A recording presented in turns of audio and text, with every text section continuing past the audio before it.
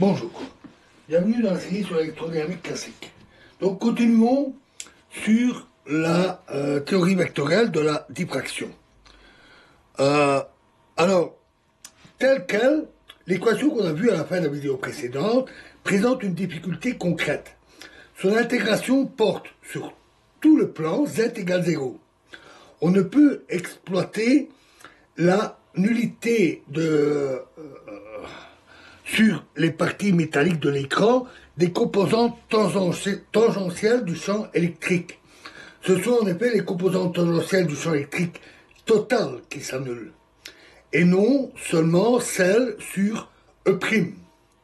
On lève cette difficulté à l'aide d'une superposition linéaire. On ajoute E0 à l'intégrand de manière à obtenir le champ électrique total, puis on soustrait l'intégrale correspondante. On obtient alors, pour le champ électrique diffracté, E'x est égal à plus ou moins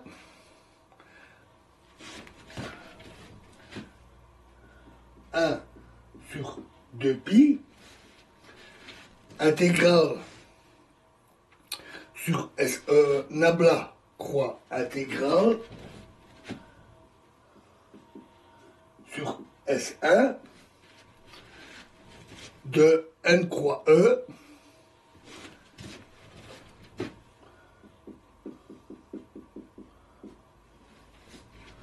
fois EIKR sur R d sigma prime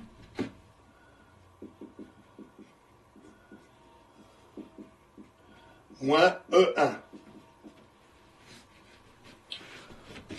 où E1 de X,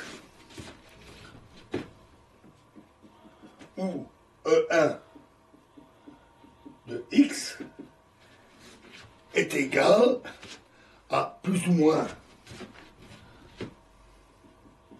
1 sur 2pi nabla croix sur S1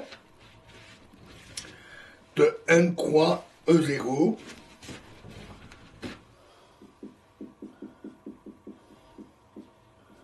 fois EIKR sur R d sigma prime. Le support de l'intégrand de cette relation-là se réduit maintenant aux seules ouvertures de l'écran, comme on le désirait. Mais que représente ce champ électrique supplémentaire E1 ?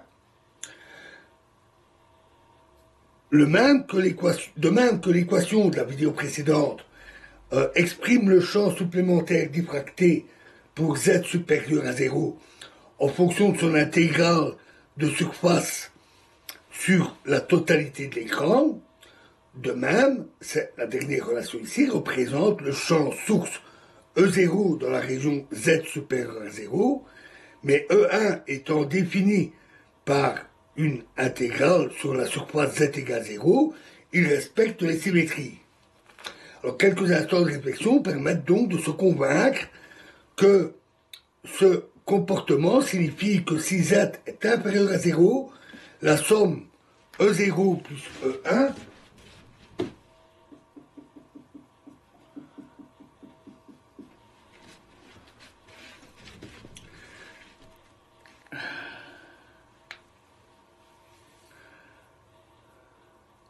définit les champs des sources exprimés par un plan parfaitement conducteur sans ouverture situé en z égale 0.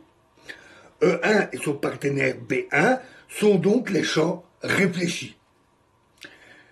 Si, dans la première intégrale ici, on fait passer E1 dans le membre de gauche, on obtient pour z supérieur à 0 le champ électrique total, maintenant appelé champ diffracté, et donné par E diffracté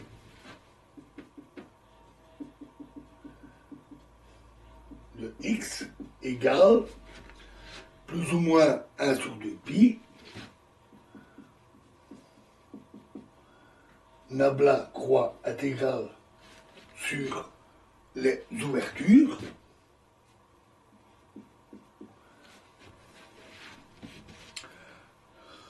de n croix E,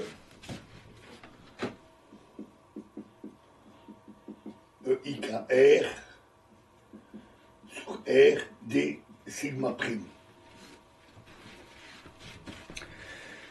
E est la composante tangentielle du champ électrique total dans les ouvertures. Dans la région éclairée, c'est-à-dire cette inférieure à 0, le champ électrique total s'écrit E de X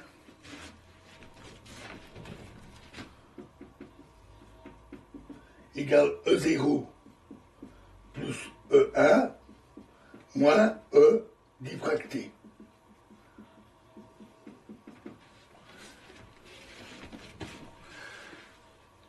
Où dans les deux régions E diffracté est donné par la dernière intégrale.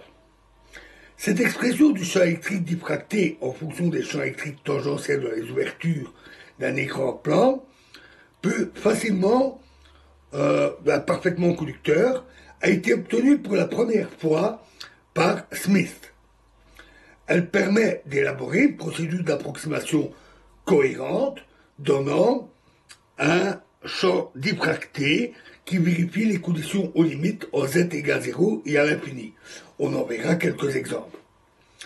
Mais avant d'aborder ces exemples, dans la prochaine vidéo, nous parlerons du principe des écrans complémentaires de Babinet. Je vous remercie.